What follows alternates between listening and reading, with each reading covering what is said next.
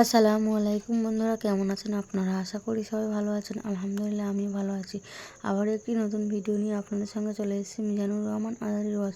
আপনারা যারা যারা মিজানুর রহমান আজহারীর ওয়াজ শুনতে ভালোবাসেন তারা ফুল ভিডিওটি দেখতে থাকেন, আশা করি ভালো লাগবে। এই কুমিল্লার আশেপাশে সব হচ্ছে আমার নানা আর দাদা, কারণ আমার দাদার বাড়ি পরমতলাতে। তো আমার জন্ম হয়েছে আবার ঢাকায় ড্যামরাতে, আমার স্থায়ী অস্থায়ী হয়ে গেছে আবার ঢাকাতেই। তো কুমিল্লারে ধরতেও পারি না, ছাড়তেও পারি না। দাদার বাড়ি, নানার বাড়ি, সব নানাদের জায়গা, একটা প্রাণের জায়গা। কুমিল্লার মানুষ খুবই ধর্মপ্রাণ, ধর্মভীরু। আল্লাহ তুমি কবুল করো। আমরা এখানে যেমনি একত্রিত হয়ে বসতে পেরেছি, জান্নাতেও যেন একসাথে এমনি থাকতে পারি। আল্লাহ তুমি তৌফিক দাও। আসেন আমরা আল্লাহর নামের 3টা তাকবীর দেব। রাব্বাকা ফাকাব্বির, glorify the name of your lord. তোমার রবের নামের বড়ত্বের ঘোষণা দাও। ভাগাভাগি করে দেব, কি বলেন? প্রথমে বিবাহিতরা দিবেন, তারপরে অবিবাহিতরা দিবেন, তারপরে সবাই মিলে দিবেন। কেন এরকম দেয় মিজানুর রহমান আজহারী? কেন দেয়? দেয় আপনাদেরকে একটু চাঙ্গা করে তুলবার জন্য। অন্য কোনো সিগনিফিকেন্স এখানে নাই। একটু চাঙ্গা হয়ে উঠবেন সবাই। আল্লাহর নামের তাকবীর দিলে একটা ইমানি ঝাল চলে আসে দেহের মধ্যে, ঠিক কি না? এই আল্লাহু আকবারটা আপনাদের কাছে যত ভালো লাগে, ইসলামের বিপক্ষের শক্তিদের কাছে তত ভয় লাগে। ওরা এটা সহ্যই করতে পারে না। আল্লাহু আকবার শুনলে ওদের থরথরানি, ধুকধুকানি বেড়ে যায়। এজন্য আমরা ইসলামের পক্ষের শক্তি যারা আছে, আমরা সবসময় একজনের নামে স্লোগান দেই, তিনি কে? তো প্রথমে যারা বিবাহিত আছেন তারা পড়বেন তাকবীর, এরপরে অবিবাহিতরা, এরপরে সবাই মিলে।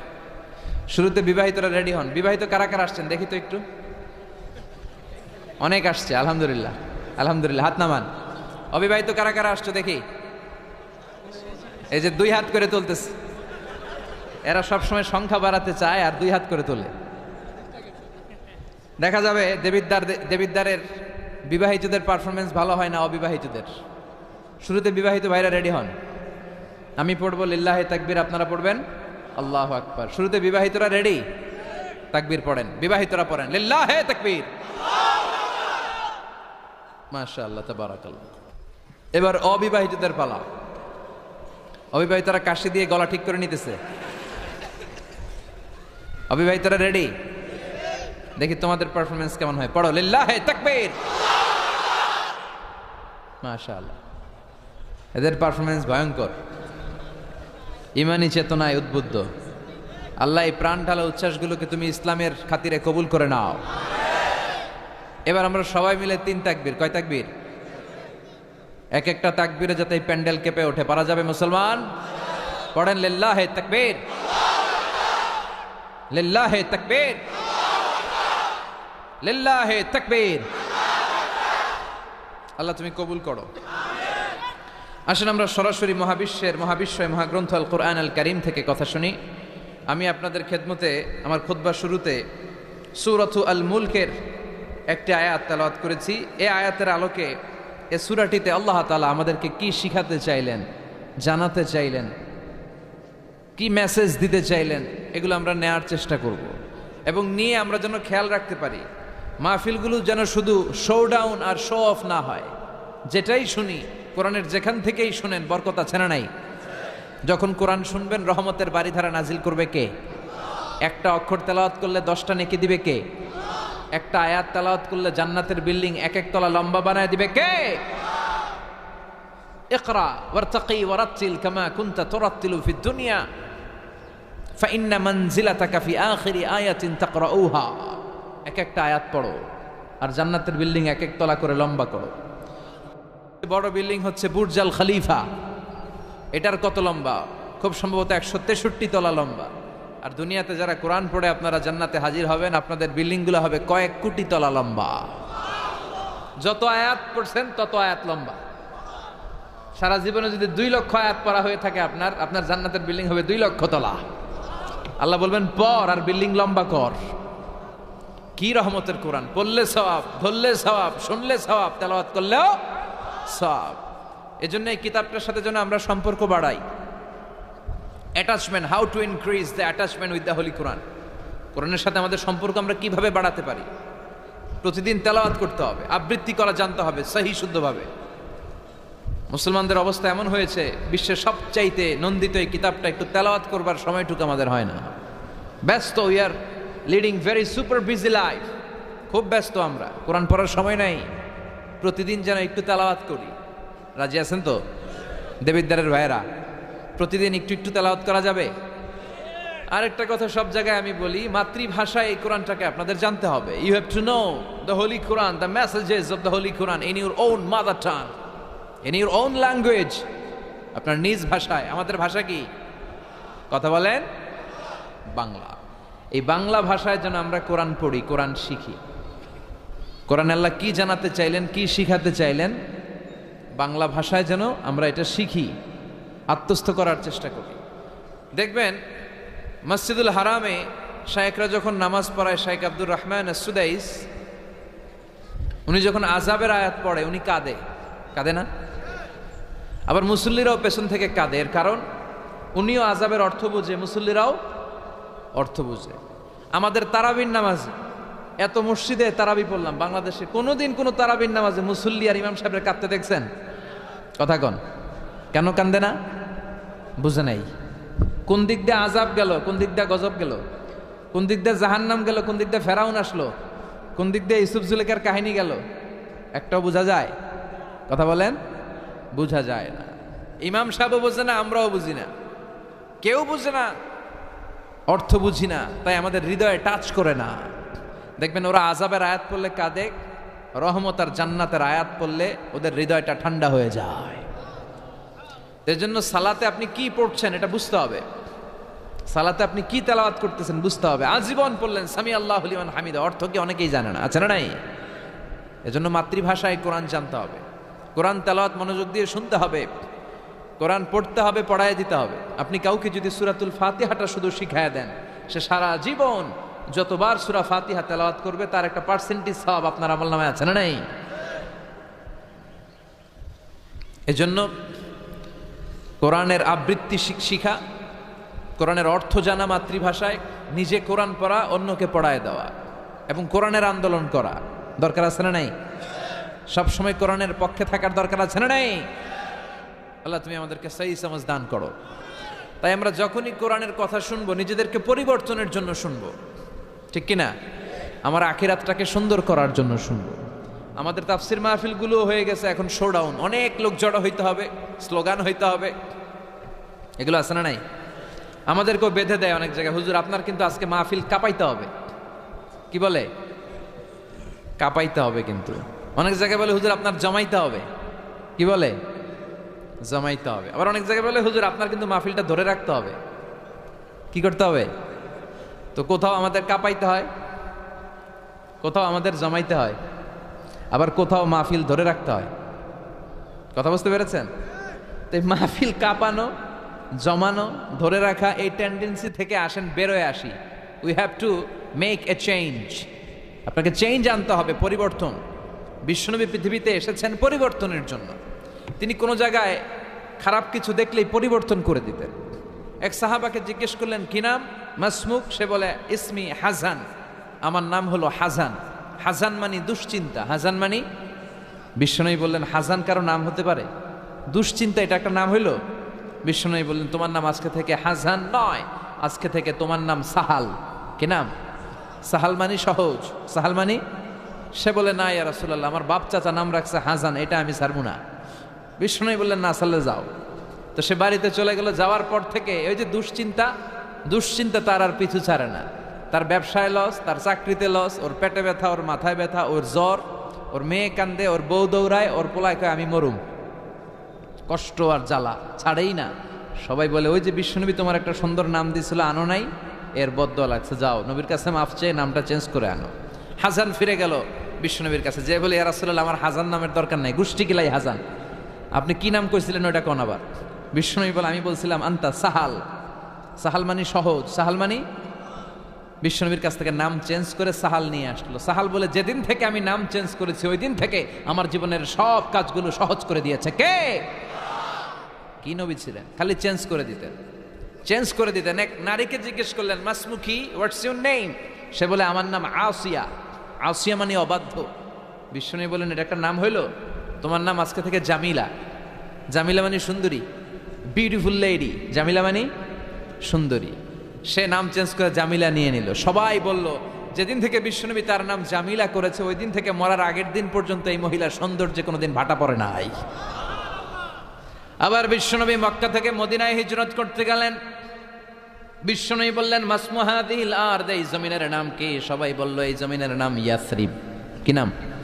মদিনার আগের নাম ইয়াসরিব। ইয়াসরিব মানে to take revenge from someone, কারো থেকে প্রতিশোধ নেয়া। বিশ্বনবী বললেন আমি যেই শহরে থাকবো ওই শহরের নাম হবে প্রতিশোধ। How come? It's quite impossible, অসম্ভব। আমি রহমতের নবী, ওমা আরসালনাকা ইল্লা I have sent you as a mercy for the entire universe. ও নবী, আমি আপনাকে গোটা বিশ্বের জন্য রহমত করে পাঠিয়েছি। রহমতের নবী যেই শহরে থাকবে ওই শহরের নাম প্রতিশোধের শহর না। আজকে থেকে এই শহরের নাম তবা কিংবা তৈবা, পবিত্র শহর। পরবর্তীতে এই শহরের নাম করা হলো মদিনাতুর রাসূল, মদিনাতুন নবী। সুবহানাল্লাহ পড়েন। আবার বিশ্বনবী আরেক এলাকায় সফরে গেলেন। বললেন মাসমু হাযিহিল আরদ, এই এলাকার নাম কি? সবাই বলে গাদিরা। কি বলে? গাদিরা। গাদিরা মানে আরদুন লা শাজারা ফিহি ওয়ালা নাবাত, এমন শহর যেই শহরে কোনো গাছ পালা লতা পাতা ঘাস জন্মায় না। বিশ্বনবী বললেন এটা একটা নাম রাখছো তোমরা গাদিরা। এই গদিরা নামের কারণেই তো এলাকায় কোনো গাছপালা হয় না, ওই এলাকায় কোনো গাছ হবে না। বিশ্বনবী বললেন মিনাল ইয়াউম, আজকে থেকে এই এলাকার নাম গাদিরা নয়, আজকে থেকে এই এলাকার নাম আমি চেঞ্জ করে দিলাম খাদেরা। খাদেরা মানে সবুজ। খাদেরা মানে কি? বিশ্বনবী নাম চেঞ্জ করে দেওয়ার সাথে সাথে ওই এলাকায় ঘাস লতা পাতায় সবুজ শ্যামল হয়ে গেল। এজন্য পরিবর্তন লাগবে। We have to make a change. পরিবর্তন লাগবে। এই লোক দেখানো মানসিকতা থেকে আমাদের বেরিয়ে আসতে হবে। মাহফিল কাঁপানো, মাহফিল জমানো, মাহফিল ধরে রাখা, এগুলো আর কোনোদিন বলবেন? বলবেন? সব হবে আমাদের একজনের খুশির জন্য। তিনি কে? চিল্লায় বলেন। তোমার আর তোমার আল্লাহর মধ্যে এমন কোনো গোপন বিষয় আছে নাকি যেটা আল্লাহ ছাড়া কেউ জানে না? তোমার জীবনে এমন কোনো গোপন দান আছে নাকি যেটা আল্লাহ ছাড়া কেউ দেখেনি? আমরা এখন দেখায় দেখায় দান করতে চাই, আছে না নাই? অমুক সমাজপতি শিল্পপতি 2 লক্ষ টাকা বলেন মারহাবা, আছে না নাই? লোক দেখানো দান। এটা মিজানের পাল্লায় উঠালে কোনো ওজন হবে না।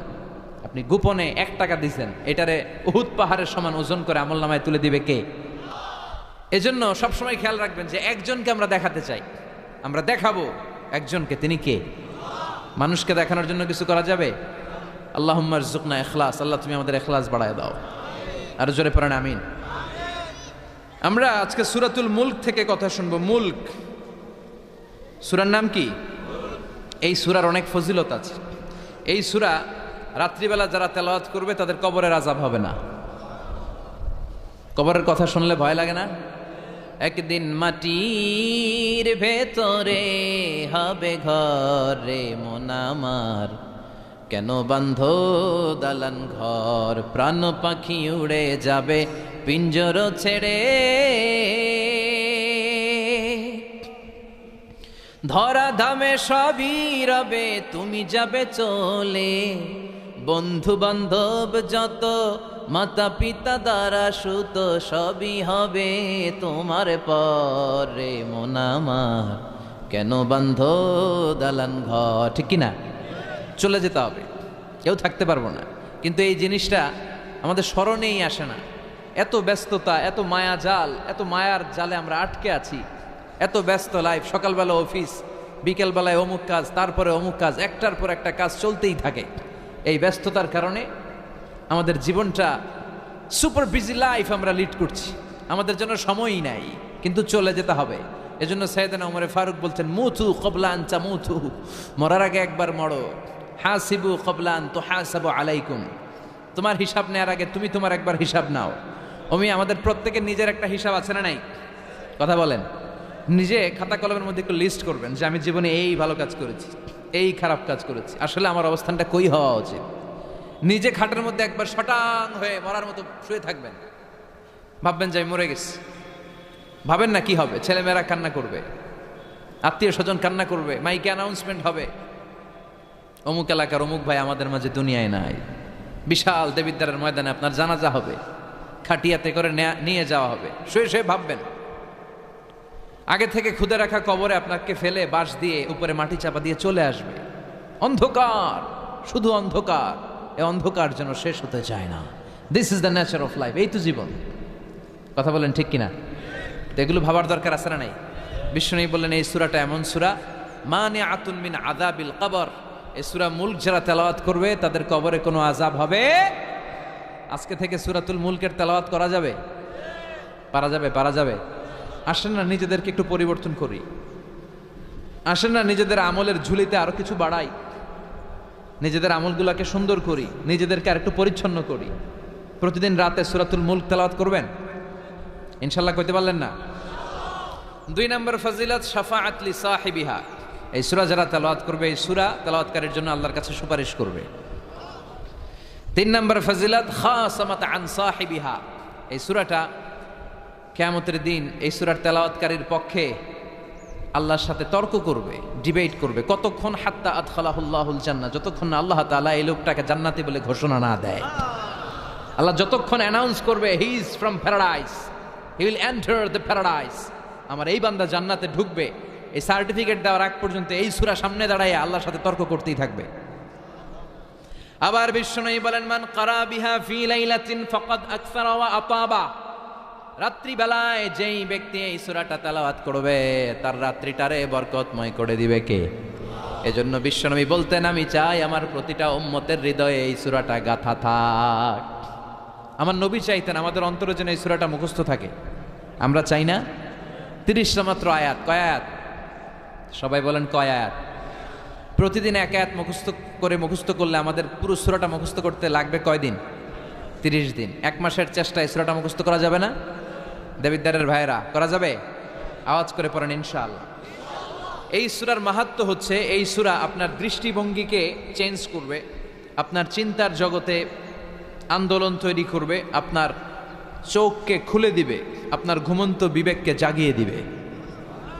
বিশেষ করে যারা স্রষ্টা নিয়ে সন্দেহে থাকে তাদের জন্য এটার ভিতরে ডোজ আছে, মেডিসিন আছে।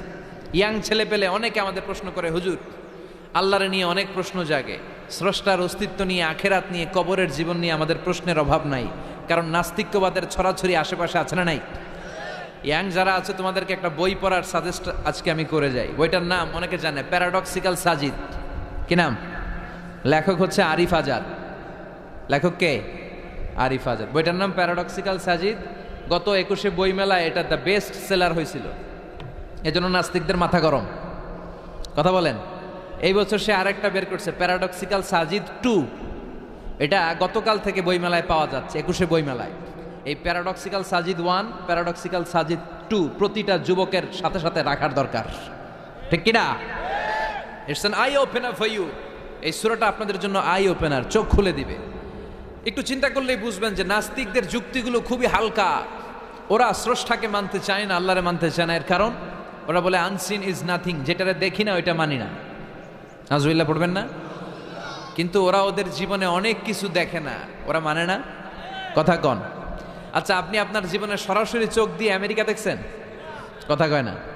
তা আমেরিকা যে আছে মানেন না? যারা এখনো হজে যান নাই, যারা এখনো যান নাই, কাবা ঘর নিজ চোখে সরাসরি দেখছেন? টিভিতে না, টিভিতে তো সবাই দেখছে।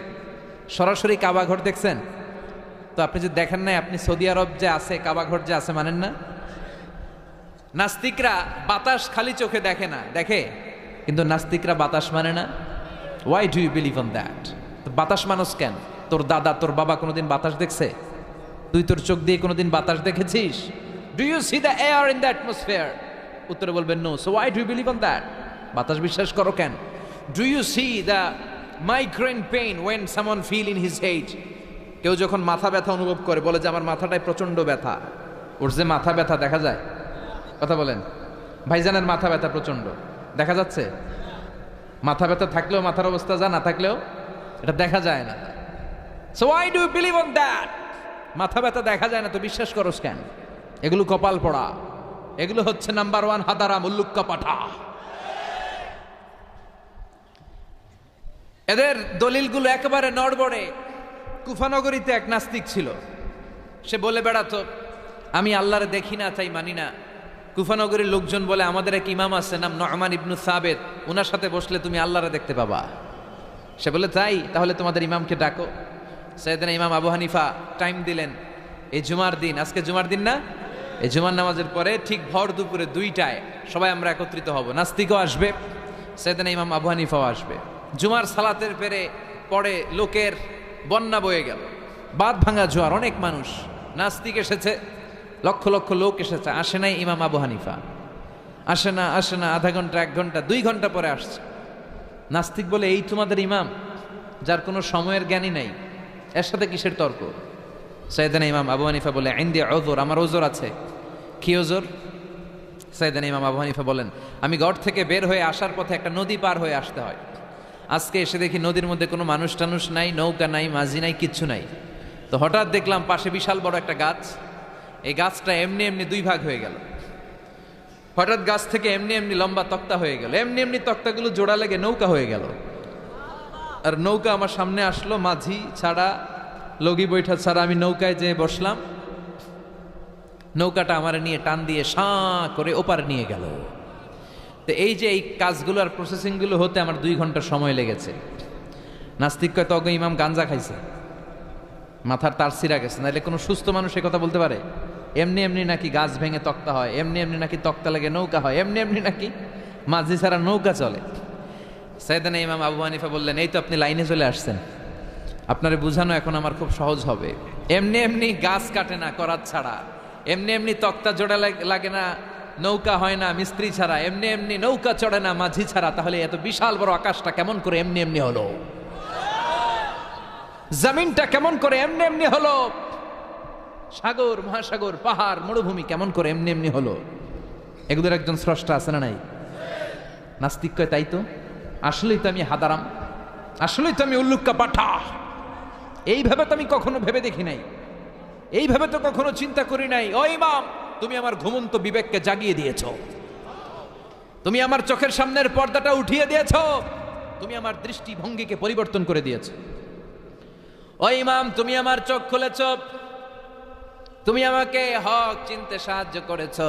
আর দেরি করতে চাই না, আমারে পড়িয়ে দাও লা ইলাহা ইল্লাল্লাহু মুহাম্মাদুর রাসূলুল্লাহ। কালিমা পড়ে মুসলমান হয়ে গেছে। আল্লাহু আকবার পড়েন। এমনি নাস্তিকদের জন্য এই সূরার ভেতরে আল্লাহ তাআলা অনেক দিগদর্শন রেখেছেন, জীবন দর্শন রেখেছেন। আল্লাহ বুঝাতে চান যে গোলাম, আমারে চেনার জন্য, আমারে দেখার জন্য তোর ডক্টরেট ডিগ্রি লাগবে না, তোর ব্যাচেলর ডিগ্রি, মাস্টার্স ডিগ্রি লাগবে না। তুই আমার সৃষ্টির দিকে একটু নজর করে তাকা, একটু ঠান্ডা মাথায় চিন্তা করে দেখ, একটু সাগরের দিকে তাকা, একটু নদীর দিকে তাকা, একটু পাহাড়ের দিকে তাকা। তাকালেই তুই বুঝবি সামওয়ান ইজ কন্ট্রোলিং এভরিথিং। একজন এমডি আছে, ম্যানেজিং ডাইরেক্টর, মহা ব্যবস্থাপক, যিনি গোটা বিশ্বের সব ব্যবস্থাপনার আঞ্জাম দিচ্ছেন। চিল্লায় বলেন ঠিক কিনা? আল্লাহ বলে, তুই সাগরের দিকে তাকা, পাহাড়ের দিকে তাকা, নদীর দিকে তাকা। সাগরের দিকে তাকালে আমি আল্লাহরে খুঁজে পাবি। ঝর্ণার দিকে তাকা, ঝর্ণার মধ্যে আল্লাহর নিদর্শন আছে না নাই? ঝর্ণা ঝর্ণা ঝর্ণা রে, বলনা বলনা বলনা রে, কার বিরহে পাগল পাড়া তুই, কার মিলনে ফুল ফসলে ভরা রে তোর দুকুল ভুই, কার মিলনে ফুল ফসলে ভরা রে তোর দুকুল ভুই। ঝর্ণা ঝর্ণা ঝর্ণা রে, বলনা বলনা বলনা রে, কার বিরহে পাগল পাড়া তুই। সুবহানাল্লাহ পড়েন। ঝর্ণা দেখছেন কোনোদিন? হড়ে হড়ে দেখছেন? সিলেটে মাধবকুণ্ড জলপ্রপাত, আর কোথায়? সীতাকুণ্ড, আর কোথায়? রাঙ্গামাটি, আর শ্রীমঙ্গল। ঝর্ণা আছে না? এই ঝর্ণার দিকে তাকাবেন, ঝর্ণার ঝরঝর শব্দের আওয়াজগুলো বুঝার চেষ্টা করবেন, দেখবেন ঝর্ণা আপনাকে বলে দিবে যে আমার স্রষ্টা কে। আল্লাহর সৃষ্টির দিকে তাকালে আল্লাহরে পাওয়ার সুযোগ আছে না নাই? এই তথ্যগুলো, এই উপাত্তগুলো, এই মেসেজ আর ইনফরমেশনগুলো আল্লাহ তাআলা এই সূরার ভেতরে ভরে দিয়েছে। শুনতে রাজি আছেন? আওয়াজ করে বলেন তো সূরার নাম, আরো জোরে সবাই বলেন কি নাম? মুলক। মুলক মানে কি? মুলক মানে রাজত্ব, মুলক মানে ক্ষমতা, মুলক মানে পাওয়ার, মুলক মানে কিংডম, মুলক মানে সভরেইনটি, মুলক মানে অথরিটি। অথরিটি কার? এজন্য রব্বুল আলামিন বলেন, তাবারাকাল্লাযী বিয়াদিহিল মুলকু ওয়া হুয়া আলা কুল্লি শাইইন কাদির। সুমহান সেই সত্তা যার হাতে ক্ষমতা, আর তিনি সকল কিছুই করতে ক্ষমতাবান, সবকিছুর উপর কর্তৃত্বশীল। চিল্লায় বলেন ঠিক কিনা? তাবারাকাল্লাযী, সুমহান তিনি, বিয়াদিহিল মুলক, যার হাতে ক্ষমতা। ক্ষমতা কার হাতে? নাকি প্রধানমন্ত্রীর হাতে, র্যাবের হাতে, পুলিশের হাতে, আমনেগো হাতে? আপনারা তো কোন ক্ষমতা সব আমগো হাতে। সকল ক্ষমতার উৎস কে? সকল ক্ষমতার উৎস আল্লাহ। কিন্তু আমরা বলে থাকি সকল ক্ষমতার উৎস জনগণ। এটা যুক্তিতে ঠিক না। কি ক্ষমতা আছে আমাদের? কি ক্ষমতা আছে? কোনো ক্ষমতা নাই। মানুষকে আল্লাহ তেমন কোনো ক্ষমতাই দেয় নাই। যেটা দিছে এটার ক্ষমতা বলা যায় না। চিল্লায় বলেন ঠিক। আসল ক্ষমতার মালিক হলেন আল্লাহ। আমাদেরকে তো আল্লাহ দুর্বল করে বানিয়েছেন। ওয়া খালাকাল ইনসানু দাঈফা, আমাদেরকে দুর্বল করে তৈরি করেছে কে? শুধু আমরাই দুর্বল না, আমি দুর্বল, আমার বাপ দুর্বল, আমার দাদা দুর্বল, আমার 14 গোষ্ঠী দুর্বল। আমরা দুর্বলের ঘরের, চিল্লায় বলেন দুর্বলের ঘরের। সেই দুর্বলের ঘরের দুর্বল কয় আমরা সব ক্ষমতার উৎস। কি ক্ষমতা আছে আমার? আজকে মাহফিলের প্যান্ডেলের পেছন থেকে বলে, কেউ যদি বলে ওঠে হুজুর সাপ, কি বলে? সব দৌড়। আমি আমার নানা করে লয়ে দৌড়, তুমি এদিকে দৌড়া, চাচা আপন প্রাণ বাঁচা। সাপ কথাটা তো মজা করে বললাম, এতে অনেকে খুঁজতেছে আসলে কি সাপ। আর আসলেই যদি একটা anaconda, C snake, black mamba, king cobra, Python এসে ফস এই ফস করে যদি প্যান্ডেলে যদি একটা ঢুকতো, পাওয়া যেত কাউরে? কথা কন। তো এই হচ্ছে আমাদের ক্ষমতা। সাপ বাদ দেন, বাবা ব্যাংক চিনেন? চিনেন না? না, দেবিদ্বারে তো বাবা ব্যাংক নাই। কি করে? খালি লাফায়। 10টা বাবা ব্যাংক, 2টা এই স্টেজে আর বাকি 8টা প্যান্ডেলে যদি ছেড়ে দেওয়া হয়, বাবা ব্যাংক আর কি লাভ দিবে? এর চেয়ে বড় লাভ দিবেন আপনারা। বাবা ব্যাংকের চেয়ে বড় লাভ দিয়ে আমরা দৌড়াইতে শুরু করব। কত অসহায় আমরা, কত দুর্বল। বল্লা পোকা, মৌমাছি আমাদেরকে কামড় দিয়ে উড়াল দেয়, এটা ধরে যে মারমু এটাও পারি না। কুত্তা এম করে কামড়াইলে আমরা কুত্তারে কামড়াইতেও পারি না। কি অসহায়। পিঁপড়া কামড় দিলে আমরা কিছু করতে পারি না। কানের ভিতরে যদি কারো পিঁপড়া ঢুকে থাকে বুঝবেন সে মজাটা কি। আহা, হ্যাঁ, বাঁচার কোনো সুযোগ নাই, কোনো ক্ষমতাই নাই। এরপরও আমরা বলি সব ক্ষমতার মালিক আমি। দেখবেন যাদের ডায়রিয়া হয় আর 5-7 বার টয়লেটে গেছে, এর চেহারার দিকে তাকানো যায় না। বৈশা গেছে, বৈশা যান।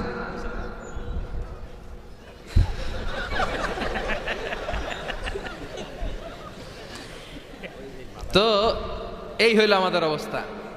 5-6 বার টয়লেটে গেলে আর ওর দইরা দাঁড় করানো যায় না। কাই মরে যাইও, আরে সবাই মাফ করে দেন, আই আর হাইতেন না, আমি পারবো না, আমার মাফ করে দেন। পারবি না কেন? তুই না ক্ষমতার উৎস। কথা কন। আসলে আমাদের কোনো ক্ষমতা নাই, আমরা দুর্বল। আসল ক্ষমতার মালিক একজন, চিল্লায় বলতে হবে তিনি কে। আমরা যে কত দুর্বল। ন্যাচারাল ক্যালামিটি অর ডিজাস্টার যখন হয়, প্রাকৃতিক দুর্যোগ, তখন নিজের অবস্থা খেয়াল করবেন। বন্যার সময় মানুষের কি অবস্থা হয়, ঠিক কিনা? ভূমিকম্পের সময় কি অবস্থাটা হয় আমাদের। রাত 3টার দিকে যদি ভূমিকম্প হয়, দৌড়, লুঙ্গি পইরা দৌড়, লুঙ্গি ছাড়াও দৌড়, আগে যান বাঁচাও। পাগল হয়ে যায়। বাচ্চাটারে কোলে নিয়ে দৌড়াবো, না স্ত্রীকে ঘুম থেকে জাগাবো, না ভাড়াটিয়াদেরকে উঠাবো, না নিজেই ছাদের উপর থেকে লাফ দেব। ত্রাস, ভয়, ভূমিকম্প, সবাই দৌড়। দেখবেন ভূমিকম্প হইলে বাড়িওয়ালাও দৌড়, ভাড়াটিয়াও দৌড়। নাকি ভাড়াটিয়ারা দৌড়ায়, বাড়িওয়ালারা দৌড়ায় না? কথা কন। ডোনাল্ড ট্রাম্প যে বিল্ডিং এ থাকে, ওইটাতে ভূমিকম্প হইলে ডোনাল্ড ট্রাম্প তো দৌড়াবে না? না, ডোনাল্ড ট্রাম্পও দৌড়াবে। আমি কিছু টেলিভিশনের লাইভ প্রোগ্রাম দেখেছি, ওখানে উপস্থাপক আর অতিথিরা ক্যামেরা ট্যামেরা মেকআপ টেকআপ নিয়ে বসছে। একটু পরে শুরু হয়েছে ভূমিকম্প, মাইক থুইয়া দিয়া উপস্থাপক দৌড়। তো যেহেতু মেকআপ টেকআপ একেবারে ক্যামেরা ট্যামেরা সব সেটিং, অতিথিরা ওঠে না। একটু পরে আবার নাড়াচাড়া, এবার অতিথিও দৌড়। বাঁচার জন্য সব দৌড়। এই হচ্ছে আমাদের ক্ষমতার দৌড়াত্ম। এরপরও আমরা বলি আমরা নাকি ক্ষমতার উৎস। তুফান হলে, এইখানে একটা তুফান হলে 70 কিলোমিটার বেগের জাস্ট বাতাসটাকে যদি আল্লাহ এর তীব্রতা যদি বাড়িয়ে দেয়, সব দৌড় আমরা। কথা কন। আল বাহরু জুনদুম মিন জুনুদিল্লাহ, আর রিহু জুনদুম মিন জুনুদিল্লাহ। বাতাস আল্লাহর সৈনিক, আগুন আল্লাহর সৈনিক, তুফান আল্লাহর সৈনিক। চিল্লা এখন ঠিক কিনা? 2004 সালের সুনামির কথা ভুলে গেছেন? ইন্দোনেশিয়া একটা প্রদেশ আছে, বান্দা আছে, এক ধাক্কায় 3 লক্ষ সাগরের ভেতরে।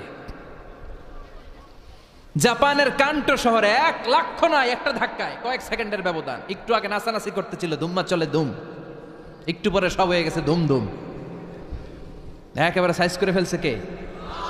আহা, কোনো ক্ষমতা নাই, ক্ষমতার মালিক কে? এজন্য রাব্বুল আলামিন বলেন, তাবারাকাল্লাযী বিয়াদিহিল মুলকু ওয়া হুয়া আলা কুল্লি শাইইন কাদির। সুমহান সেই সত্তা যার হাতে ক্ষমতা, ক্ষমতা কার হাতে? কক্সবাজারে দেখবেন একটা দ্বীপ আছে, একমাত্র দ্বীপ যেটাতে পাহাড় আছে, নাম মহেশখালী। ওইখানে বৌদ্ধদের স্বর্ণ মন্দির আছে। ওখানে তুফান টুফান শুরু হইলে বৌদ্ধরাও জিকির করা শুরু করে দেয় আল্লাহর। সুবহানাল্লাহ কইবেন না? তুফানে পড়লে দেখবেন হিন্দু, বৌদ্ধ, আস্তিক, নাস্তিক সবাই জিকির করে একজনের, চিল্লায় বলেন তিনি কে? আমরা মাঝে মাঝে আমাদের প্রোগ্রাম স্কেডিউল এত টাইট থাকে, মাঝে মাঝে আমরা প্লেনে, হেলিকপ্টারে এক জেলা থেকে আরেক জেলায় যাই বাধ্য হয়ে। সিলেটে প্রোগ্রাম, কক্সবাজারে প্রোগ্রাম, ওই অমুক জায়গায় প্রোগ্রাম, তো ফ্লাইট ধরা লাগে। তো আমরা আভ্যন্তরীণ ফ্লাইটে চড়ে চড়ে আমরা যাই। তো আমরা যখন যাই, ওখানে কিছু এয়ার হোস্টেস থাকে বিমানের ভেতরে, এদেরকে বলে বিমানবালা। খুব সুন্দরী স্মার্ট নারীদেরকে তারা রিক্রুট করে, নিয়োগ দেয়। এদের যদি 3-4টা সন্তান হয়ে যায়, এদেরকে আবার চাকরিতে রাখে না। সৌন্দর্যটাই যাদের পুঁজি। তো এরা লিপস্টিক মেখে, পারফিউম মেখে, মেকআপ করে, ভেরি বিউটিফুল লেডি। ওরা আসে, এসে আমাদেরকে খাবার টাবার দেয়, ইনস্ট্রাকশন দেয়। তো বিমানটা, আভ্যন্তরীণ বিমানগুলো বাংলাদেশের ভেতরে যেগুলো চলে, এগুলো 14 থেকে 15,000 ফিট উপরে ওঠে। তো বিমানটা প্রথমে রানওয়েতে টাক্সি করে, মানে বিমান যখন মাটিতে চলে এটাকে বলে টাক্সি। কি বলে? টাক্সি ছেড়ে যখন উপরে ওঠে এটারে বলে টেক অফ। কি বলে? তো এটা যখন বিমানটা যখন টেক অফ করবে, তখন দেখলাম এই এয়ার হোস্টেসগুলো, যেগুলোর পর্দা নাই, হেজাব নাই, শালীনতা নাই, মাইক্রোফোন হাতে নিয়ে ঘোষণা দিচ্ছে, ভদ্র মহিলা এবং ভদ্র মহোদয়গণ, আপনারা আপনাদের সিট বেল্টগুলো বেঁধে নিন। এখনই আমাদের উড়োজাহাজটি শাহজালাল আন্তর্জাতিক বিমানবন্দর থেকে শাহ আমানত বিমানবন্দরের উদ্দেশ্যে 15,000 ফিট দিয়ে উড়ে যাবে। এরপরে পড়তে শুরু করে আল্লাহু আকবার, আল্লাহু আকবার, আল্লাহু আকবার। তো আমি উল্টা ঘুরে তাকাইলাম, কি রে এই মাইয়া আল্লাহু আকবার কয় কেমনে? ঘুরা দেখি হাতের মধ্যে এরকম কাগজ, এই কাগজ থেকে দেখে দেখে পড়তেছে। উচ্চারণ কিন্তু আমগমতো না, পড়তেছে আল্লাহু আকবার, আল্লাহু আকবার, আল্লাহু আকবার, সুবহানাল্লাযী সাখখারা লানা হাযা। পুরো দোয়াটাই পড়ছে, ওমা কুন্না লাহু মুকরিনিন ওয়া ইন্না ইলা রাব্বিনা লামুনকালিবুন। তো আমি হিসাব মিলালাম, ঘটনা কি? লিপস্টিক, মেকআপ, সুটেড, বুটেড, পারফিউম মাখা, হিপ হপ স্টাইলের মেয়ে, এরা আল্লাহু আকবার পড়ে কেন? তো তখনই খেয়াল করে দেখলাম যে বিমানটা এখন ছাড়ছে, জমিন ছেড়ে দিয়ে 15,000 ফিট উপরে যাচ্ছে। ওরা খুব ভালো করেই টের পায়, এই 15,000 ফিট উপরে যখন বিমান থাকবে, ওরে বাঁচানোর কেউ নাই, ওকে রক্ষা করার কেউ নাই। তখন ওর কোনো পাওয়ার নাই, কোনো ক্ষমতা নাই, চিল্লায় বলেন ঠিক কিনা? তখন কোনো সিকিউরিটি নাই। আহা, কি দুর্বল মানুষ। বিমান বাঁকা হয়ে গেলে সবাই চিল্লায় বাঁচাও। যদি জিজ্ঞেস করেন কে বাঁচাবে, বলবে হুজুর আপনি বাঁচান। আছে না নাই? দুর্বল। আসল ক্ষমতার মালিক হলো একজন, চিৎকার করে বলতে হবে তিনি কে? এজন্য রাব্বুল আলামিন বলেন, তাবারাকাল্লাযী বিয়াদিহিল মুলকু ওয়া হুয়া আলা কুল্লি শাইইন কাদির। সুমহান সেই সত্তা যার হাতে ক্ষমতা, ক্ষমতা কার হাতে? আমাদেরকে আল্লাহ ক্ষমতা দিয়েছেন, ঠিক, এটা সাময়িক, লিমিটেড, তবে আনলিমিটেড ক্ষমতার মালিক কে? এই যে আমাদের মাননীয় প্রধানমন্ত্রী শেখ হাসিনা নতুন টার্মের জন্য আসছে না? কয় বছর? 5 বছর। কোন দেশে আসে 10 বছর, কোন দেশে 15 বছর। তো এই যে আল্লাহ ক্ষমতার চেয়ারে বসে, আল্লাহ আসছে কয় বছরের মেয়াদে?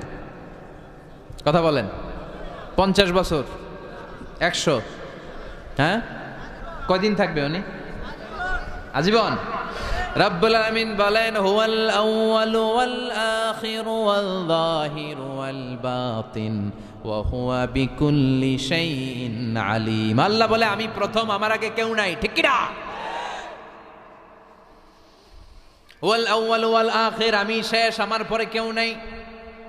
আমি প্রকাশ্য, আমি গোপন, সূচনাহীন, অতীতকাল থেকে আমি আল্লাহ ক্ষমতার চেয়ারে বসা, সীমাহীন, ভবিষ্যৎহীন, শেষহীন, ভবিষ্যৎ পর্যন্ত ক্ষমতার চেয়ারে বসে থাকবে কে? আল্লাহ বললেন আমি প্রথম, আমি শেষ। প্রথমে কে? চিল্লায় বলেন, প্রথমে কে? শেষে কে? প্রথমে আল্লাহ আল্লাহ, শেষেও আল্লাহ আল্লাহ, আকাশে আল্লাহ আল্লাহ, জমিনে আল্লাহ আল্লাহ। সবাই পড়েন, প্রথমে আল্লাহ আল্লাহ, শেষেও আল্লাহ আল্লাহ, আকাশে আল্লাহ আল্লাহ, জমিনে আল্লাহ আল্লাহ। নিখিল জাহান গায়ে গুণগান, তার নামে গায় আমরাও গাহি তাআলা, হামদে বারি তাআলা, হামদে বারি তাআলা, হামদে বারি তাআলা। সুবহানাল্লাহ পড়েন। তিনিই প্রথম, তিনিই শেষ, তিনি চিরকাল ক্ষমতার চেয়ারে বসে থাকবেন। চিল্লায় বলেন ঠিক কিনা? আবার পৃথিবীতে অনেক দেশে দেখবেন ডেমোক্রেটিক সিস্টেমে ক্ষমতায় আসে, মানে ভোটে জিতে, যেমন আমাদের দেশ। তো আল্লাহ তো ভোটে জিতে আসছে না? আল্লাহ ভোটে জিতে আসছে?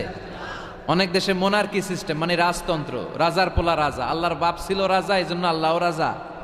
এরকম আল্লাহ চিরকাল আজীবনের মেয়াদ নিয়ে তিনি ক্ষমতার চেয়ারে বসা। চিৎকার করে বলেন ঠিক কিনা? আবার পৃথিবীর অনেক দেশে দেখা যায় আন্দোলন করে সরকারকে ক্ষমতার চেয়ার থেকে নামানো যায় কি যায় না? পৃথিবীতে এরকম হয়েছে না অনেক জায়গায়? আন্দোলনের ঠেলায় সরকার কয় আমি নাই। আবার মাঝে মাঝে মিলিটারি কু হয়, সেনা বিদ্রোহ, জানেন না আপনারা? তা আমরা পৃথিবীর 700 কোটি মানুষ সবাই মিলে যদি আল্লাহর বিরুদ্ধে আন্দোলনে নেমে যায়, তাইলেই তো আল্লাহর ক্ষমতা শেষ। যাবে না? 700 কোটি মানুষ মিলেও পারা যাবে না। আচ্ছা, জিন জাতি যদি বলে ও মানুষেরা তোদের সাথে আমরাও আছি, মানুষ জিন ভাই ভাই, আল্লাহর আর রক্ষা নাই, আল্লাহর গদি শেষ। আচ্ছা, ফেরেশতারাও যদি বলে ও মানুষ ও জিনেরা তোগুলোকে আমরাও আছি, 3 দলীয় মহাজোট, আল্লাহর চেয়ার উল্টে যাবে নাকি? কথা বলেন। আল্লাহ বলেন ওয়ালাম ইয়াকুল্লাহু শারীকুম ফিল মুলক, আমার ক্ষমতায় কোনো পার্টনার নাই। কুলিল্লাহুম্মা মালিকাল মুলক, আমি ক্ষমতার মালিক, এই ক্ষমতা কেউ ছিনায় নিতে পারবে না। গোটা বিশ্বের সবাই মিলে যদি আমার বিরুদ্ধে আন্দোলন করিস, আমার ক্ষমতার 1 ইঞ্চিও কমবে না। চিল্লায় বলেন ঠিক কিনা? সে আল্লাহ বললেন তাবারাকাল্লাযী বিয়াদিহিল মুলকু ওয়া হুয়া আলা কুল্লি শাইইন কাদির, সুমহান সেই সত্তা যার হাতে ক্ষমতা, ক্ষমতা কার হাতে? ওয়া হুয়া আলা কুল্লি শাইইন কাদির, তিনি সব বিষয়ে ক্ষমতাবান। ফাআলুল লিমা ইউরিদ, যা চান তিনি তাই করতে পারেন। তিনি কে? তিনি পাহাড়কে দরিয়া করতে পারেন, দরিয়াকে পাহাড় করতে পারেন, ধনীরে গরিব বানাতে পারেন, গরিবরে ধনী বানাতে পারেন, সম্মানিতকে অপমানিত করতে পারেন, অপমানিতকে সম্মানিত করতে পারেন। চিৎকার করে বলেন ঠিক কিনা? তিনিই ক্ষমতার মালিক, সকল ক্ষমতার উৎস হচ্ছেন তিনি, সকল ক্ষমতার উৎস আমরা জনগণ। আর কোনোদিন বলবেন? দেবিদ্বারের ভাইরা, তাহলে চিল্লায় বলেন তো সকল ক্ষমতার উৎস কে? আল্লাহ সকল ক্ষমতার উৎস। এর কিছু দূর পরে আল্লাহ বলেন ওয়ালাকাদ যায়্যানাস সামাআদ দুনিয়া বিমাসাবিহা ওয়া জাআলনাহা রুজুমান লিশ-শায়াতিন, আমি প্রথম আকাশের মহাশূন্যটাকে আলো দিয়ে, তারা দিয়ে সুশোভিত করেছি। আবার এই তারা দিয়ে আমি জিনদেরকে আঘাত আর প্রহারের ব্যবস্থাও করেছি। সুবহানাল্লাহ পড়েন। অনেক লম্বা কথা, আমি সংক্ষেপে মেসেজগুলো আপনাদের কাছে পৌঁছে দিই। আল্লাহ বলেন আমি প্রথম আকাশের মহাশূন্যটাকে তারা দিয়ে সাজিয়েছি। I have beautified the closure sky with light, candle and stars. মাথা উপরের দিকে তুললে আমরা যেটা দেখি এটা কি? আসলে এটা আকাশ না, এটা মহাশূন্য। এটা কি? আকাশ অনেক উপরে, আমরা খালি চোখে যা দেখি এটা প্রথম আকাশের মহাশূন্য। এই প্রথম আকাশের মহাশূন্যের অনেক উপরে প্রথম আকাশ, তারপরে দ্বিতীয় আকাশের মহাশূন্য, তারপরে দ্বিতীয় আকাশ, তারপরে তৃতীয় আকাশের মহাশূন্য, তারপরে তৃতীয় আকাশ। একটার চেয়ে আরেকটা বড়। সুবহানাল্লাহ পড়েন। কত বড়? আপনার এই হাতের আংটিটা, সাহারা মরুভূমির নাম শুনছেন? পৃথিবীর সবচেয়ে ছোট মরুভূমি, তাই না? তাইলে বড়। এই বিশাল সাহারা মরুভূমিতে যদি আপনার এই হাতের আংটিটা আপনি ছুঁড়ে ফেলে দেন, এই সাহারা মরুভূমির তুলনায় আপনার আংটি যত ছোট, আল্লাহর দ্বিতীয় আকাশের তুলনায় আল্লাহর প্রথম আকাশটা ঠিক তত ছোট। একটার চেয়ে একটা বড়, একটার চেয়ে একটা বড়। আর আমরা মনে করি কত বিশাল জায়গা নিয়ে আমরা বসে আছি। এই যে দেবিদ্বার প্রপারের আজকের এই প্যান্ডেলের এই পরিবেশটা অনেক বড় মনে হচ্ছে না তাকালে? পুরো দেবিদ্বারের তুলনায় এই প্যান্ডেলটা কত ছোট, কল্পনা করা যায়? দেবিদ্বার হচ্ছে কুমিল্লার 16টা থানার একটা, তাই না? থানা। কুমিল্লা হচ্ছে বাংলাদেশের 64 জেলার একটা। এরকম 64টা জেলা মিলে আমাদের সুজলা সুফলা শস্য শ্যামলা ডিজিটাল বাংলাদেশ। এই বাংলাদেশ হচ্ছে পৃথিবীর সবচাইতে বড় দেশ। কি বড় না? কত ছোট জানেন? মানচিত্রের মধ্যে বাংলাদেশ এটা লেখার জায়গা পাওয়া যায় না। বাংলা, BANG পরে ইন্ডিয়ার উপরে, মাঝখানে LA পরে বাংলাদেশের উপরে, আবার DESH পরে আবার ইন্ডিয়ার উপরে। বাংলাদেশ কথাটা লেখার জায়গাও বাংলাদেশের উপরে নাই। কত ছোট! পাশের ইন্ডিয়ায় 25 গুণ বড়, Canada, United states of America প্রায় 100 গুণ বড়, রাশিয়া নামে একটা দেশ আছে প্রায় কয়েকশো গুণ বড়। এরকম 200টা দেশ মিলে আমাদের এই পৃথিবী। এই 200টা দেশ মিলে পৃথিবীর মাত্র 30 ভাগ, বাকি 70 ভাগ হচ্ছে শুধু পানি। সুবহানাল্লাহ কইবেন না? তাহলে পুরো পৃথিবীর তুলনায় দেবিদ্বারের এই প্যান্ডেলটা কত ছোট, কত ক্ষুদ্র আমি, কত তুচ্ছ আমি, কত নগণ্য আমি, চিন্তা করতে পারেন? আচ্ছা, এত বড় মনে হইলো এই পৃথিবীটা, এই পৃথিবীটাকে এত বড় মনে হচ্ছে আমাদের, কিন্তু এই যে দ্বীপ্রহরের জলজলে সূর্যটা দেখা যায়, এই সূর্যটা এই বিশাল পৃথিবীর চেয়ে 13 লক্ষ গুণ বড়। 9 কোটি 30 লক্ষ মাইল দূরে 8 মিনিট 18 সেকেন্ড সময় নিয়ে আলোটা আসে। তাহলে এতক্ষণকার আলোচনা পর্যন্ত মনে হচ্ছে সূর্যই মনে হয় অনেক বড়। সূর্য হচ্ছে একটা স্টার, তারা। সূর্যের পরে পৃথিবীর সবচেয়ে কাছের তারার নাম প্রক্সিমা সেন্ট্রাই, তারপরে একটা Alpha Centauri A, Alpha Centauri B, যেতে যেতে ইটা ক্যারিনা, ব্যাটেল জিউস, এরকম অনেকগুলো আছে, আপনারা গুগল করলে পাবেন এগুলো। এই যে ব্যাটেল জিউস তারা, যেই সূর্য পৃথিবীর চেয়ে 13 লক্ষ গুণ বড়, ওই ব্যাটেল জিউস তারাটা আবার সূর্যের চেয়ে 33 কোটি গুণ বড়। তাহলে এতক্ষণ পর্যন্ত বোঝা যাচ্ছে ব্যাটেল জিউসই মনে হয় বড় না। ব্যাটেল জিউস এত ক্ষুদ্র তারা, এটার কোনো নাম নিশানাই নাই অন্য তারকার সামনে। চিল্লায় কোন আল্লাহু আকবার। এরকম লক্ষ লক্ষ অযুত লক্ষ নিযুত কোটি মিলিয়ন বিলিয়ন ট্রিলিয়ন জিলিয়ন ফিলিয়ন অক্ট্রিলিয়ন তারা নিয়ে আমাদের গ্যালাক্সি গঠিত। আমাদের এই গ্যালাক্সির নাম মিল্কি ওয়ে। কি নাম? আমাদের গ্যালাক্সির পরে সবচেয়ে কাছের গ্যালাক্সির নাম অ্যান্ড্রোমেডা। আমাদের গ্যালাক্সি থেকে অ্যান্ড্রোমেডায় পৌঁছতে আলোর গতিতে কেউ যদি পৌঁছতে যায় তাহলে 2.5 মিলিয়ন লাইট ইয়ার সময় লেগে যাবে। 2.5 million light year. Light year মানে আলোকবর্ষ। আলোকবর্ষ বললাম এজন্য, মানে আলোর গতিতে যদি আপনি ছোটেন, এই পৃথিবীতে আবিষ্কৃত সবচেয়ে দ্রুত গতিসম্পন্ন যে উপাদানটা পাওয়া গিয়েছে সেটার নাম লাইট, মানে আলো। সেটা কি? এই আলো 1 সেকেন্ডে ছুটে 1,86,000 মাইল বেগে। সুবহানাল্লাহ। বাড়িতে গিয়া 1 সেকেন্ডে 1 লক্ষ, 1 ঘন্টায় না কিন্তু, 1 মিনিটেও না, আরে 1 সেকেন্ড কইতে 2 সেকেন্ড লাগবে, কথা কন। সেই 1 সেকেন্ডে নাকি আলো ছুটলে 1,86,000 মাইল চলে যায়। তো আলোর গতিতে গতিসম্পন্ন কোনো রকেট, যেই রকেট আলোর গতিতে ছুটবে, এরকম কোনো রকেট যদি আপনারা বানাতে পারেন, তাহলে আমাদের গ্যালাক্সি থেকে, আমাদের মিল্কি ওয়ে থেকে আমাদের সবচেয়ে কাছের গ্যালাক্সি অ্যান্ড্রোমেডাতে পৌঁছতে আপনার 25 লক্ষ বছর লেগে যাবে। চিল্লায় পড়েন না আল্লাহু আকবার। এই প্রথম আকাশের মহাশূন্যটাকে এরকম তারা দিয়ে সুশোভিত করে দিয়েছে কে? রাতের বেলা তারার মেলা যদি আপনি তাকান অবাক হবেন। এখন তো তারার সৌন্দর্য দেখা যায় না লাইটিং ফাইটিং এর কারণে। আগে যখন গ্রামে আসতাম দেখতাম কি সুন্দর তারা, সুন্দর সুন্দর তারা আছে। সবচেয়ে উজ্জ্বল একটা তারা আছে, এটার নাম ধ্রুব তারা। কি তারা? ধ্রুব তারা। একটা আছে শুক তারা। 60টা তারার একটা চ্যানেল আছে, এটার বলে সপ্তর্ষি মণ্ডল। অনেকে রাতের তারাটারা চিনে না। আগের নাবিকরা আকাশের তারা দেখে পথ চলতো। সুবহানাল্লাহ পড়েন। এই তারকারাজ দিয়ে প্রথম আকাশের মহাশূন্যটাকে সাজিয়ে দিয়েছে কে? এরপরে সূরার প্রথম রুকুর শেষে আল্লাহ বললেন, ওয়াসিররু কাওলাকুম আও জাহারু বিহি ইন্নাহু আলিমুম বিযাতিস সুদূর আলা ইয়ালামু মান খালাকা ওয়া হুয়াল লাতীফুল খাবীর। আল্লাহ বলেন, তুমি গোপনে কিছু বলো কিংবা প্রকাশ্যে বলো, তুমি যাই বলো না কেন, কথাগুলো শোনে কে? আপনি আওয়াজ করে, এই যে আওয়াজ করে আমরা কথা বলতেছি, শুনে কে? আওয়াজ বন্ধ করে মনে মনে ভাবতেছি, ওইটা মনে আল্লাহ শোনে না? কথা বলেন। 7 আকাশের উপরে আল্লাহর আরশ, ওই আরশের উপরে আল্লাহর অবস্থান। 7 জমিনের নিচেও যদি কোনো পিঁপড়া নীরবে নিঃশব্দে হেঁটে যায়, আল্লাহ বলে এত উপর থেকে আমি ওই পিঁপড়ার হেঁটে চলার পায়ের আওয়াজটাও শুনতে পাই। কেউ যেটা শোনে না, শুনে কে?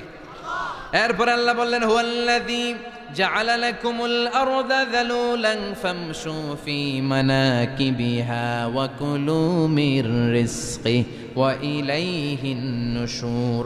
আল্লাহ বললেন, তিনি এমন সত্তা যিনি তোমাদের জন্য জমিনটারে সমতল বানিয়ে দিয়েছেন। জমিনের যেখান দিয়ে প্রয়োজন হেঁটে যাও আর রিজিক তালাশ করো, কিন্তু সবশেষে তার দিকে ফিরে যেতে হবে, ঠিক কি না? জমিনটারে সমতল করলো কে? আজকের এই প্যান্ডেলটা সমতল না? কথা কন না, উঁচা নিচা? আজকে এদিকে যদি উঁচা হইতো, এদিকে নিচা, এদিকে খাদ, এদিকে গর্ত, এদিকে আবার উঁচা, বসতে পারতেন? কি সমতল! বিমান থেকে নিচের দিকে তাকালে এটা ভালো টের পাওয়া যায়, মনে হয় সবুজ কার্পেটিং করা, এটা একটা কার্পেট, এটা একটা কার্পেট, কার্পেট কার্পেট, পুরো বাংলাদেশটা মনে হয় যেন আল্লাহ তাআলা সবুজ কার্পেট দিয়ে ডেকোরেশন করে রেখেছে। আল্লাহ বলে সবুজ কার্পেট দিয়ে ডেকোরেশন করেছি দেখে ভেবে নিও না তোমরা বেঁচে গেছো। নাফরমানি আর গাদ্দারি করলে সবুজ কার্পেটের ভিতরেও আগুন আছে না নাই? কি মেকানিজম? উপরে কার্পেট, নিচে আগুন। কার্পেটের নিচে কি? আল্লাহ কোরআনে কসম কেটেছেন, ওয়াল বাহরিল মাসজুদ, ফুটন্ত সাগরের পানির কসম। দুনিয়ার কোন সাগরের পানি গরম না, সব ঠান্ডা, কিন্তু আল্লাহ বললেন ফুটন্ত টকবকে সাগরের পানির কসম আমি খেলাম। অনেক গবেষণা হলো এই সাগরের পানি নিয়ে। আমেরিকান নেভাল একাডেমির এক চিফ ইঞ্জিনিয়ার উনি বললেন কোরআনে পাওয়া গেল টকবকে সাগরের পানির কসম, কিন্তু সাগরের পানি তো ঠান্ডা, এখানে গরম আসলো কোত্থেকে? আসলে আল্লাহ সাগরের নিচে যে গরম মজুদ রেখে দিয়েছেন ওইটার দিকে খেয়াল করে বলেছে। তো সে গবেষণা করতে চাইলো, দেখি সাগরের ভিতরে আগুন কই আছে। কোরআন যেহেতু বললো টকবকে সাগরের পানির কসম, আসলে কোনো আগুন টাগুন খুঁজে পাওয়া যায় কিনা। সে সাগরের ভেতরে পাইপ ঢুকাতে শুরু করলো, জোড়া লাগিয়ে লাগিয়ে গবেষণা। তো পাইপ যেতে যেতে অনেক সাগরের গভীরতা শেষে তলা পাওয়া গেল। তলার ভেতরে সে ড্রিল করে পাইপ ঢুকাতে লাগে। সে পেয়ে গেল মাটির স্তর, এরপরে পাললিক শিলার স্তর। পৃথিবীর ভিতরে কিন্তু অনেকগুলো স্তর আছে জানেন। এই যে পানিগুলো আমরা নষ্ট করি, এই পানি কিন্তু খাই, আমাদের পেশাবই আমরা খাই। আমাদের এই প্রস্রাবও যদি পৃথিবীর 4-5টা স্তর শেষে নিচের দিকে চলে যায়, এটা মিনারেল ওয়াটারের মতো হয়ে যায়। এই 4-5টা স্তর মাটির ভেতরে রেখে দিয়েছে কে? পাললিক শিলা, রূপান্তরিত শিলা, আগ্নেয়গিরির শিলা। এরপরে যখন সে পাইপ ঢুকাতে শুরু করেছে, সে দেখতে পেল এই পাইপগুলো গলে গলে গলে গলে পানি হয়ে যায়।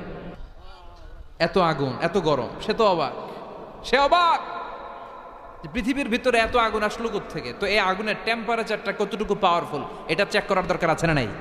সে বলল, I need fire proof pipe, bring from America. America থেকে ফায়ার প্রুফের পাইপ আনো, পরীক্ষা চালায় দেখি।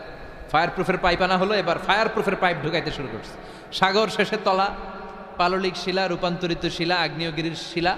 ওই আগ্নেয়গিরির শিলার পরে যখন ফায়ার প্রুফের পাইপ ঢুকাতে শুরু করেছে, যেই পাইপে আগুন ধরে না, সে দেখতে পেল ফায়ার প্রুফের পাইপগুলো আগুনে গলে গলে ধোঁয়া আর পানি হয়ে যায়। তাহলে এই সবুজ কার্পেটিং এর নিচে আগুন আছে না নাই? এই আগুন মজুদ করে রেখেছে কে? সে আল্লাহ বললেন, আমিনতুম মান ফিস সামাই আন ইয়াখসিফা বিকুমুল আরদা ফাইদা হিয়া তামুর। তোমরা কি ভেবেছো নাকি সবুজ কার্পেটের উপরে আনন্দে নাচানাচি করবা, আনন্দে লাফালাফি করবা, কিন্তু এই জামিনটারে মুহূর্তের মধ্যে দোলা দিয়ে দিতে পারে কে?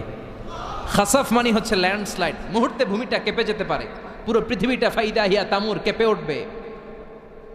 ট্রেম্বলিং, ভাইব্রেশন শুরু হয়ে যাবে, পুরো পৃথিবীটার কাঁপাকাঁপির চোটে তোমরা এটার উপর দাঁড়িয়েও থাকতে পারবে না।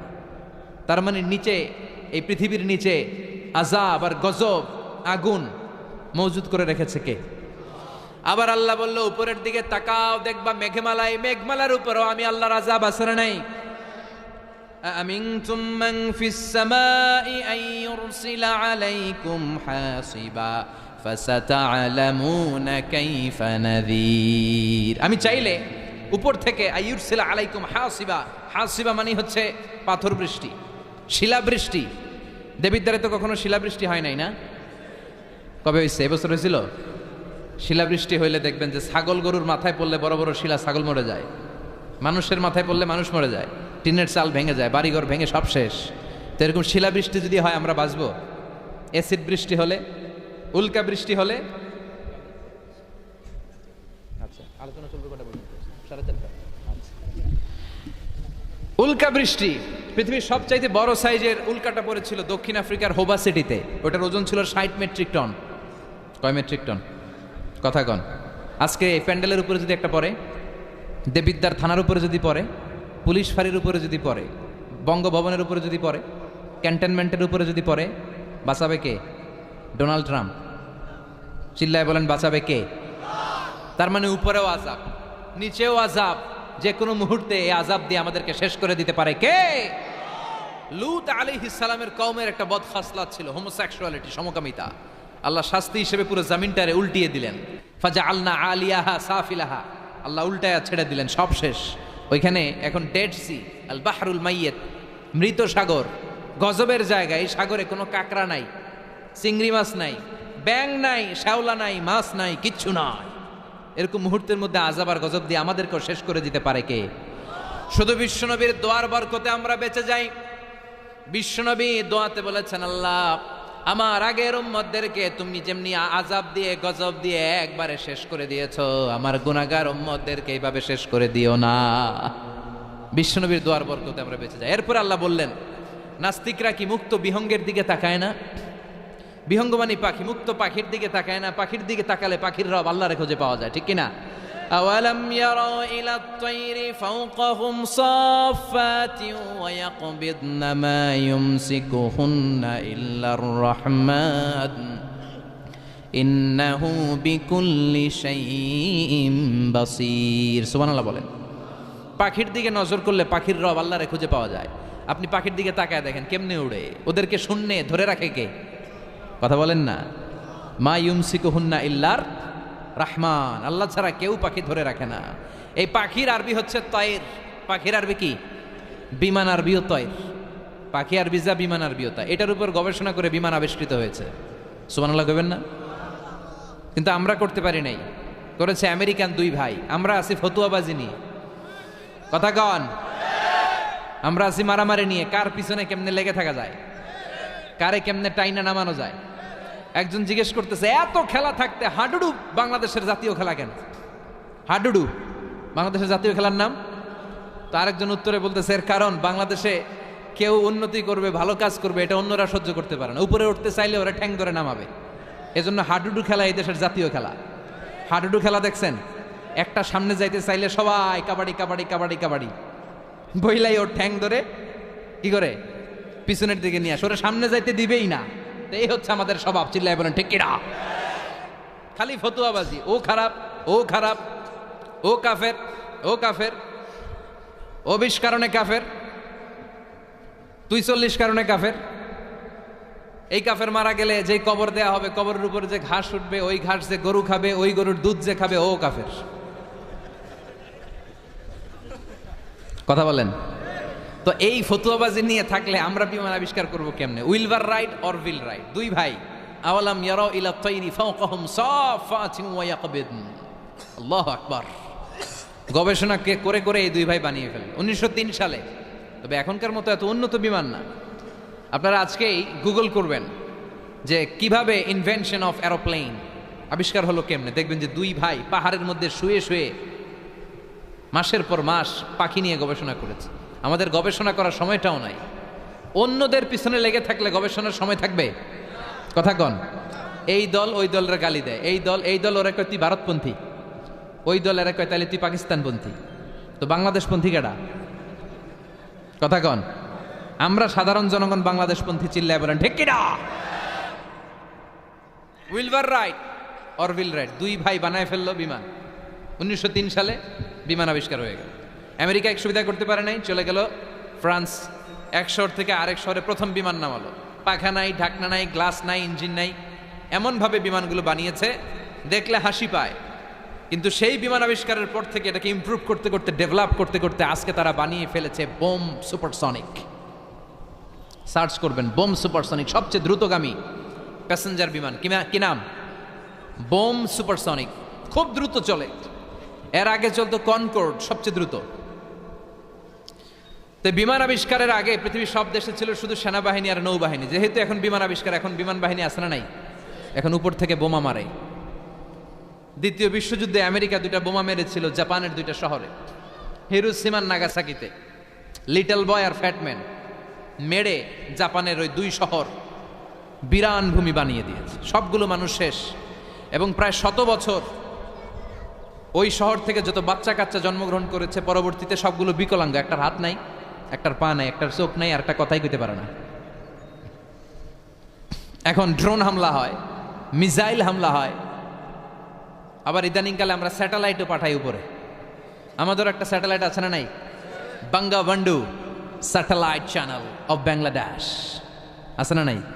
কিছুদিন আগে নিউজে শুনলাম এটা নাকি উদাও। এটা কি আছে না গেছে? হ্যাঁ, নিউজে আসছিল যে এটা নাকি উদাও হয়ে গেছে। এটা যেন না হারায়। অনেক টাকা, আমাদের গরিব মানুষ আমরা, এদেশের খেটে খাওয়া মানুষের টাকা দিয়ে এই স্যাটেলাইট চ্যানেলকে পাঠানো হয়েছে। এটা যেন আল্লাহ হেফাজতে রাখে, আমরা চিল্লায় পড়ি আমিন। তো এই সূরাটার শেষে আল্লাহ একটা প্রশ্ন করেছে আপনাদের সবাইকে, প্রশ্ন রেখে আল্লাহ শেষ করেছে। দেখেন একটার পর একটা মেসেজ। আল্লাহ বলে মুক্ত বিহঙ্গের দিকে তাকা, কিভাবে পাখিগুলো ডানা ঝাপটায়, এগুলো তাকালেই আপনি এই পাখির ভিতরে পাখির রব আল্লাহরে খুঁজে পাবেন, ঠিক কিনা? সব শেষে আল্লাহ বললেন, একটা প্রশ্ন দিয়ে আল্লাহ সূরাটা শেষ করলেন। আল্লাহ বললেন, কুল আরাআইতুম ইন আসবাহা মাউকুম গাওরান ফামান ইয়াতিকুম বিমাইম মাইন। বলো দেখি সবে, শুকাইয়া যদি যায় এই পৃথিবীর পানি, তাহলে হেথায় তটনির ধারা কে দিবে সবারে আনি। সুবহানাল্লাহ পড়েন। প্রশ্নটা রেখেছে কে? আল্লাহ বললেন, একদিন ঘুম থেকে উঠে দেখো টিউবওয়েলে পানি নাই, মোটর ছেড়েছ, ট্যাপ ঘুরাচ্ছ, পানি নাই, বাজারে মিনারেল ওয়াটার কিনতে গিয়েছো, পানি নাই। পানি দিবে কে? পানি সম্পদ মন্ত্রী, প্রধানমন্ত্রী, গোটা বিশ্বের সবাই মিলে এক ফোঁটা পানি বানাতে পারে? আবার আল্লাহ বললেন, সব জায়গায় যতটুকু পানির দরকার পানির ব্যবস্থা করে দিল কে? হাযা আযবুন ফুরাত ওয়া হাযা মিলহুন উজাত। একদিকে লোনা পানি আর একদিকে মিঠা পানি, আছে না নাই? মিঠা নদীর পানি, আল্লাহ তোমার মেহেরবানি। পড়েন সবাই, সুন্দর ফুল সুন্দর ফল, মিঠা নদীর পানি, আল্লাহ তোমার মেহেরবানি। সুবহানাল্লাহ পড়েন। আবার দেখেন একই সাগর, এই দিকের পানির এক কালার, ওই দিকের পানির আরেক কালার, মিশে না। এই দৃশ্যটা আপনারা নিজ চোখে দেখছেন নাকি? কই দেখছেন? কয় মোবাইলে। আর বেটা মোবাইলে তো সবাই দেখছে, চোখে সরাসরি দেখছেন? পদ্মা নদীতে দেখা যায়। কোথায় আছে? চাঁদপুরের মোহনাতে, মোহনাতে দেখা যায়। আমি মিশরের নীল নদ আর ভূমধ্য সাগর দেখছি, মিলে না। মারাজাল বাহরাইনি ইয়ালতাকিয়ানি বাইনাহুমা বারযাখুন লা ইয়াবগিয়ান ফাবিআইয়ি আলাই রাব্বিকুমা তুকাযযিবান। দুই দিক থেকে দুই ধরনের পানি বয়ে যায়, মাঝখানে অদৃশ্য ব্যারিকেড দিয়ে দিয়েছে কে? এই পানির ডেনসিটি হাই, এটার ডেনসিটি কম, এটা টেম্পারেচার হাই, এটা টেম্পারেচার কম, এটা লোনা, এটা মিঠা, এই জন্য একটার সাথে আরেকটা মিশে না। এই পানির স্রষ্টা কে? পানি চাইবো কার কাছে? এই পানির অপর নাম যেমনি জীবন, আবার বেশি পানি হয়ে গেলে মরণ। কথা কন। সাইয়েদনা নূহ আলাইহিস সালামের কওমকে বেশি পানি দিয়ে, মানে বন্যা দিয়ে শেষ করে দিয়েছে কে? এই জন্য নিচে আযাব, উপরে আযাব, চারিদিকে আযাব, চারিদিকে জুনদুম মিন জুনুদিল্লাহ, আল্লাহর সৈনিকেরা অপেক্ষা করছে। গাদ্দারি নাফরমানির মাত্রা যদি বেড়ে যায়, মুহূর্তেই সব ধূলিসাৎ করে দিতে পারে কে? এজন্য ক্ষমতার মালিক আমরা, জীবনে বলা যাবে? চিল্লায় বলেন তো, ক্ষমতার মালিক কে? চাইতে হবে কার কাছে? বাঁচানোর মালিক কে? হেফাজত। ভিডিওটি ভালো লাগলে একটি লাইক, কমেন্ট ও শেয়ার করে পাশে থাকবেন বন্ধুরা। যারা যারা শেষ পর্যন্ত ভিডিওটি দেখেছেন তাদের জন্য অনেক অনেক ভালোবাসা থাকলো বন্ধুরা। আর নতুন নতুন ভিডিও পেতে চ্যানেলটিকে সাবস্ক্রাইব করে পাশে থাকবেন বন্ধুরা। ভালো থাকবেন, ধন্যবাদ।